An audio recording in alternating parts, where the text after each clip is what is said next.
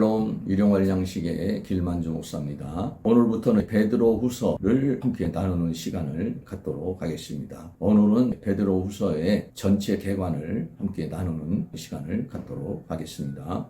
베드로후서를 오늘 이제 들어가면서 베드로후서 전체 개관을 나누는 시간을 갖도록 하겠습니다.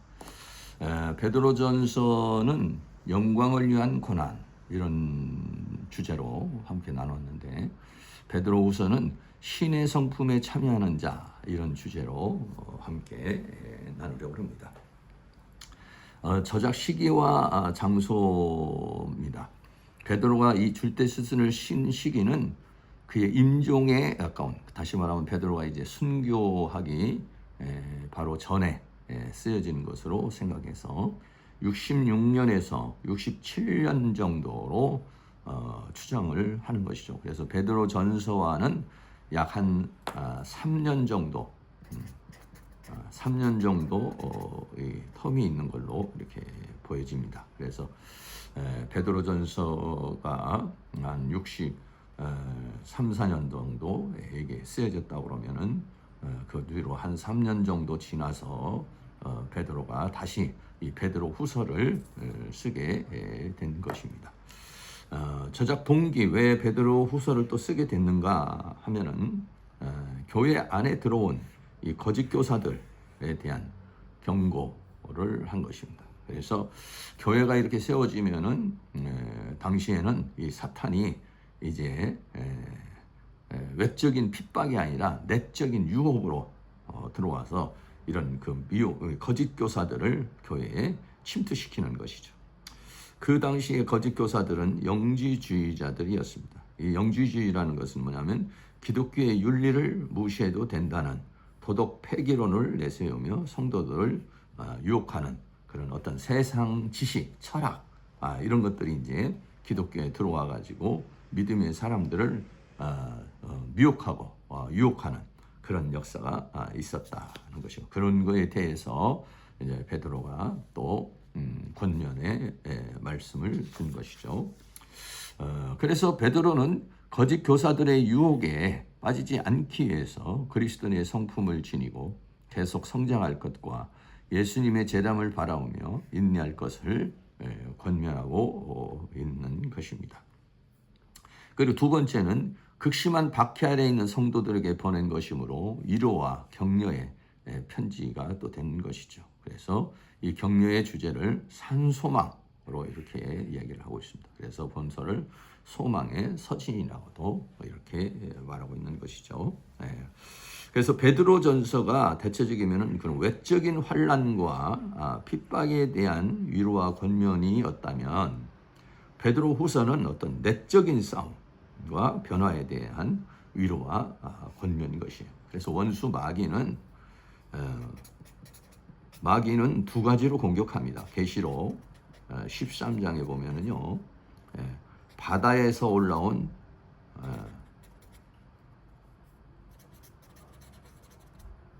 짐승과 땅에서 올라온 짐승이 있어요. 그래서 이 바다에서 올라온 짐승은 뭘 가르쳐서 말하냐면 적그리스도를 말해요. 땅에서 올라온 짐승을 뭘 말하냐면 거짓 선지자를 가르쳐서 말하고 있어요. 그래서 바다에서 올라온 이 적그리스도는 세상 권력을 가지고 이제 핍박하는 것이고, 거짓 선지자는 거짓 선지자나 거짓 교사들, 이런 것들은 이제 그 하나님의 말씀을 가지고 말씀을 변질시키는, 그리고 미혹하는 그런 역할을 하는 거죠. 그래서 우리 믿음의 사람은 이런 그런 세상의 권력이나 힘이나 이런 것을 통해서 우리를 핍박하고 우리를 고통을 주는, 이것도 우리가 견뎌내야 되지만 내적으로 또 교회 안에 침투를 해서 거짓 교사들이나 거짓 선지자들을 통해서 말씀을 변질시켜서 미혹하는 이런 이단들, 이것을 우리가 또 분별하고 싸워서 이겨야 되는 것이죠. 어떤 면에서 보면은 이 적그리스도 이거는 표면적으로 핍박을 하니까 금방 우리가 드러날 수도 있고 잘 대항을 할 수 있어요. 그러나 이거는 표면으로 나타나지 않고 미혹을 하는 것이기 때문에 이것에 오히려 더 취약할 수 있다는 것을 가리켜서 말하고 있는 것이죠. 그러므로 이 두 가지를 이제 우리가 다 적그리스도의 공격과 거짓 선지자들의 거짓 가르침에 그것을 이겨낼 수 있는 그런 이제 믿음으로 굳게 세워지는 것이 우리에게 필요한 것입니다. 전체 계관의 내용을 보면 1장에서 신의 성품에 참여하는 자에 대한 부분입니다. 그래서 첫째는 이제 문안 인사가 있고요. 신의 성품에 이르는 8단계. 그래서 믿음의 덕의 지식을, 지식의 절제를, 절제의 인내를, 인내의 경건을, 경건의 형제의 우애를, 형제의 우애에 사랑을 공급하라. 그 신의 성품인 사랑의 공급자가 될 것을 말하고 있습니다. 또 그 예수님의 영광에 대한 증거, 예수님의 영광에 대한 증거는 베드로가 마태복음 17장에 있는 변화산상에서 그 예수님을 체험한 그 부분에 대해서 이제 증거를 하고 있고요. 이 성경은 뭐냐면 성령의 감동을 받아서 성령의 감화와 감동을 통해서 주어진 말씀이다. 는 것에 대해서 이야기를 하고 있습니다. 2장에서는요. 거짓 교사들의 미혹에 대해서 거짓 교사들의 교훈, 거짓 교사들의 결말, 거짓 교사들의 결말은 결국은 뭡니까? 하나님의 심판과 형벌을 받아서 지옥에 들어가는 것이고 그 모든 것들이 드러나게 되는 것입니다. 거짓 교사들의 특징, 이 특징이 무엇이냐? 거짓 교사들은 어떤 형태로 와서 우리를 미혹하고 유혹하는지에 대한 부분, 이것을 지금 이제 2장에서 자세하게 설명을 하고 있습니다. 3장에서는요, 그리스도의 재림에 대한 확신에 대한 이야기입니다. 많은 사람들이 주님에 대한 주님의 재림을 부정하는 자들이 당시에 많이 있었죠. 그래서 주님의 재림에 대해서, 새하늘과 새 땅에 대해서 이 세상에 있는 모든 것들이 다 체질이 뜨거운 풀에 다 풀어지고 새하늘과 새 땅이 올 것이다. 그래서 우리는 의에 거하는 바 새하늘과 새 땅을 바라보는 것이다. 그래서 새하늘과 새 땅에 대한 그런 부분을 지금 이야기를 하고 있습니다. 그리고 세 번째는 우리는 이제 온전한 성화를 위해서 우리는 이제 그 여러 가지 고난도 있고 또 유혹도 있고 미혹도 있고 이렇죠. 사단이 주는 이런 고난과 유혹, 이거를 잘 이겨내고 그리고 더 나아가서는 신의 성품에 참여하는 자, 그래서 성화 되어지는, 거룩 되어지는 그런 삶을 살 것을 우리에게 이야기를 해주고 있는 것입니다.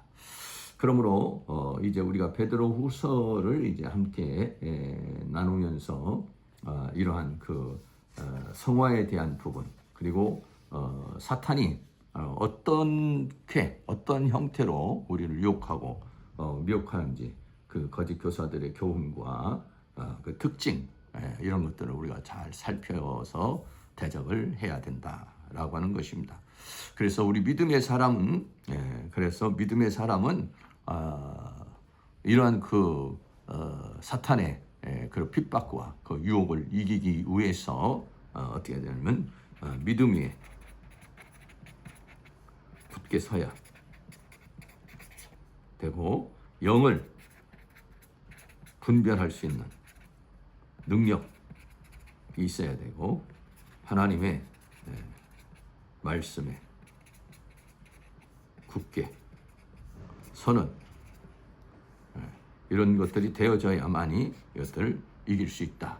그래서 아는 것, 믿는 것, 이런 것들이 하나가 되고 장성한 분량까지 자라나야 선과